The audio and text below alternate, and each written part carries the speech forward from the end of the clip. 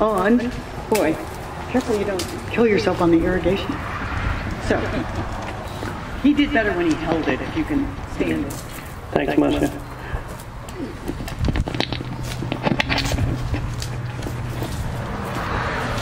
Okay, I'm Gurreet Prad, UC Corporate Extension Farmer Advisor for Fresno and Madera counties. I will walk you through the post-harvest checklist to do during the post-harvest phase and going into fall.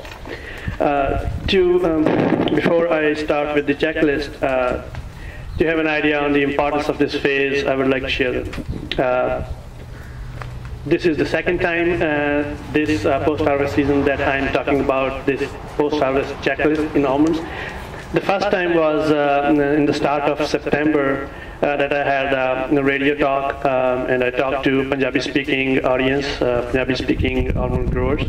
And I was stressing on the importance of post-harvest care of the trees. And just 2 days before that talk, my wife had delivered baby girl. And at home, I was trying to make sure she's getting good care, she's getting good diet, and so that she recovers and comes back to good health. So I told my listeners that look at it, the trees from this perspective. It takes a lot of energy to feed those young fruits and nuts from fertilization all the way through maturity. So those trees have nourished those nuts to maturity all those months, and then after we take that yield off, the trees are really in a great need for good nutrition program, good diet, and a good irrigation program. So the trees are really shaken, so that lays a good foundation for the next year so that they can be in good health to be able to go through another reproduction cycle. So before I start with the post-harvest irrigation, the first thing I always tell the growers to do in the post-harvest season is to, once you finish the harvest, just walk through your orchard to see how the trees look like. Do you have any defoliation? How much extent is the shaker damage? Do you have any other dead or diseased branches that you would be pruning before the trees go into dormancy? And things like that. So this is, walking through the orchard is a must. And that lays the foundation for all your post-harvest work. So coming to the post-harvest irrigation, and this is something that cannot be overemphasized. Post-harvest irrigation stress can cause a lot of problems, and it is important from two points of view. One is that a couple of weeks after non-pareil harvest, the almond trees goes through the flower bud differentiation, which prepares the flower buds for the next season, which will be the crop for the next year. So post-harvest water stress can reduce, according to one University of California research, in non-pareil variety, it actually reduced up to 43% yield just because of the post-harvest water stress. And some of the varieties, they are more sensitive to post-harvest water stress, for example, Monterey, and those varieties can exhibit bud failure-like symptoms because of this water stress during the post-harvest period. So it is advisable to turn those valves on as soon as you're done with the harvest. And then coming to the fertilization, usually in the nitrogen fertilization program, we keep about 15 to 20% of our nitrogen budget to be applied during the post-harvest time. And usually the split for the nitrogen budget is 20, 30, 30, and 20%. The last 20% is for the post-harvest. So by the time you're making the decisions for the post-harvest nitrogen application, you already have the test results from your July tissue samples. So based on those tissue samples, the critical values for nitrogen set by the University of California researchers, they are the optimum level for the nitrogen percentage is between 2.2 to 2.5% private. So if you look at your leaf tissue report and you are in the optimum range, you should go with your plan of applying 15 to 20% of the remainder of your nitrogen budget. But if you are a little over than 2.5, I would suggest you can reduce your nitrogen, post-harvest nitrogen application a little bit. But then if you are over 3%, if your leaf tissue values show over 3% nitrogen, you can skip that post-harvest application. But it is not the other way around. If your leaf tissue samples show you are deficient in nitrogen, then you still stick with your post-harvest program and you don't add more nitrogen in the post-harvest phase, because it's just like if we skipped lunch or didn't have enough lunch and we are very hungry at dinner, we do not double up the dinner. We just still take regular meals. So applying any more nitrogen can actually lead to wastage or leaching down. And then the timing of the nitrogen application is important, and sooner is better, because once the trees are preparing for dormancy and the oxygen layers are starting to form in late October, in October and November, beginning in the end of September, the trees are, the ET, evapotranspiration of the trees are going to be less and less in the coming weeks. So the trees' ability to take up nutrients is reduced when we go towards fall. So applying nitrogen earlier is the better way to replenish the resources. And then about potassium. Potassium is another important macronutrient. So the critical value for potassium is 1.4 to 1.6%. So if your July samples tell you're between 1 and 1.4%, we call it insufficient, and below 1 is deficient. So you must apply potassium if you are insufficient or deficient to replenish the reserves for the tree. So the thing to keep in mind here is that if you are still at 1.4%, your target should not be 1.4%, because it is the average of a lot of trees in your orchard.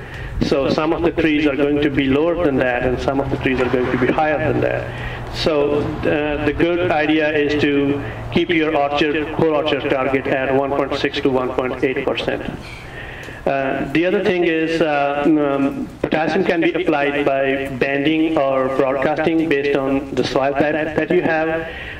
Usually in lighter soils, in heavier soils which has high cation exchange capacity, you can apply potassium by banding. And then in lighter soils that have low cation exchange capacity, it's advisable, it's recommended to broadcast it rather than banding. And then the other thing is the choice of the materials for applying potassium fertilizations, especially if you have salinity issues, chloride toxicity in your orchard, like David explained earlier.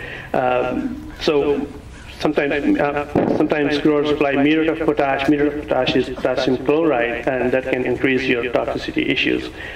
So you should be watching what issues you have in your orchards and what kind of products you are choosing. Another important micronutrient is boron. Boron is very critical for the pollen tube growth and eventually the yield for the next year. So if you are deficient in boron or insufficient in boron, you can apply soil applied boron. But if you are, the boron critical values are below 80 ppm boron in hull, that is considered deficient. So getting the hulls tested for boron is a good way to get an idea if your trees are deficient on boron or not. Even one UC study shows that even if you are about 120 ppm boron, applying a foliar boron application in fall actually helps in enhancing next year's yield. So foliar boron can be applied in the shape of Solibor, about 1 to 2 pounds an acre Solibor, before the leaves and the trees go dormant or before the leaves start falling. And another thing is the zinc application. Some orchards may show zinc deficiency, although many growers that I know, they include zinc applications in foliar sprays in season. But if still you have some zinc deficiency, you can replenish trees with zinc sulfate, low application, low rates of zinc sulfate, 2 to 5 pounds of zinc sulfate. That will help replenish the tree for zinc. But then I will mention that in the pest and disease management, that sometimes we spray zinc sulfate in high doses, about 20 to 40 pounds an acre, to hasten the leaf fall, because we see some other pest and disease issues in the orchard. So if you apply high amounts of zinc sulfate, that's going to hasten the leaf fall. That's going to enhance the formation of the abscission layer at the petioles, and then your leaves will drop early. So now this leads us to the pest and disease management.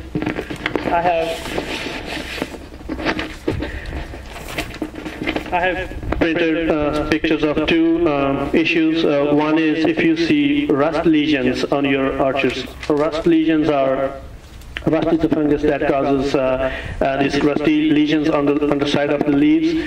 If you see these lesions in season or even in the post-harvest phase on your leaves, this fungus can stay on the leaves that stay on the tree and then affect the branches and then the next year's crop.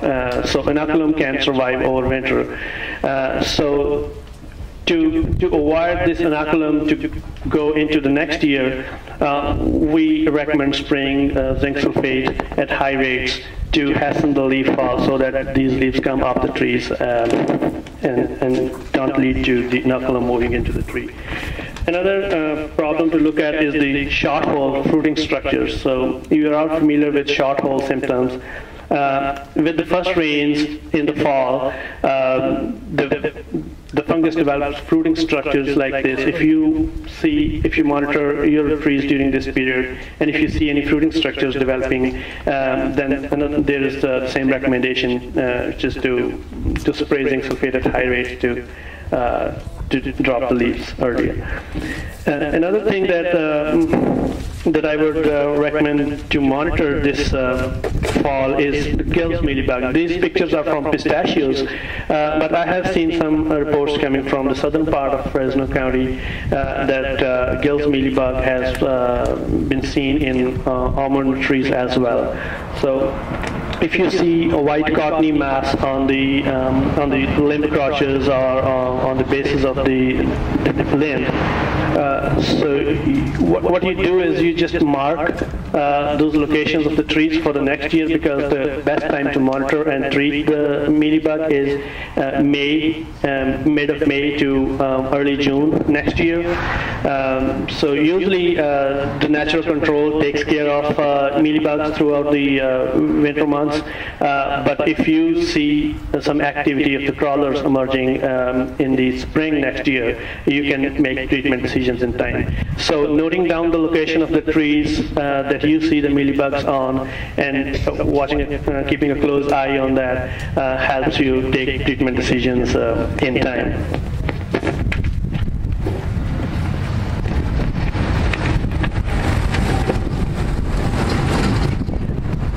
Another thing in the checklist will be the fall weed survey. This is a form for the fall weed survey, which is on the UC IPM website. It has listed common weeds, and you can mark their presence or absence, and then you can draw a map of your orchard on the back side of this form and keep it for your record to plan for your pre-emergent herbicide program. Then another major thing that comes and that you can do during this fall is micro irrigation system maintenance. Before I go to the maintenance aspect, I would like to discuss two ways that micro irrigation systems can be clogged. One is the biological clogging, which can be caused by the algal growth or the bacterial slime or the moss growth. And the other would be chemical clogging, which comes through the salts deposition through the fertilizer applications through the irrigation system, or the salts in the groundwater. So the biological clogging can be the result of the application of the surface water usually. For the biological clogging, we use biocides like we do chlorination. So we can apply chlorine gas or sodium hypochlorite, which is a bleach. If we add chlorine source to water, it produces hypochlorous acid, which actually acts as a biocide. But that acid acts in low pH environment. So the ideal pH for that to act should be between 4 and 6.5. So if you have high pH, and if you're adding bleach, then you have to add another acidifying agent to help lower the pH and to increase the activity of this biocide.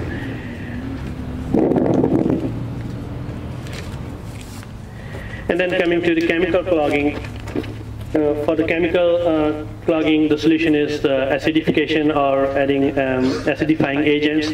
It can be added throughout the season at intermittent periods, or you can flush the system down one time. So if you're doing it continuously, so it is advisable to maintain the irrigation water pH between 5 and 7. But if you are doing it one time or periodical acidification, the pH should be at 4 for at least 30 to 60 minutes.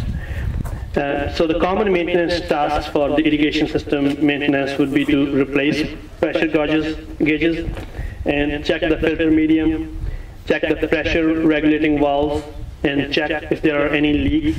And then you can flush the systems from main lines and sub mains and the laterals in that order. So these are the things that you should prioritize doing this post-harvest season going into fall. The other things are to mention are the pruning. We suggest corrective pruning if you have dieback in the lower branches, or if you have dead or diseased branches. So during the post-harvest period, you can take note of that, and making any cuts is advisable before any rains begins to reduce any secondary pathogen infections. And the other thing would be if you have certain issues in your orchard, for example, Phytophthora. So if you want to apply phosphonates or any phosphorus products to help mitigate Phytophthora, this is the time to make those applications. And another thing is October is a good month to take samples for nematode before it becomes too late, before the soil temperatures go down. So this is a good time if you want to see how your soils are doing on nematode levels.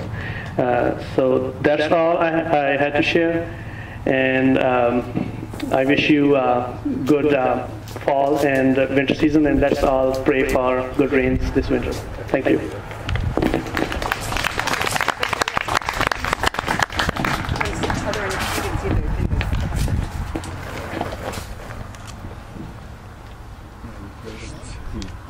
I'll be around for discussions.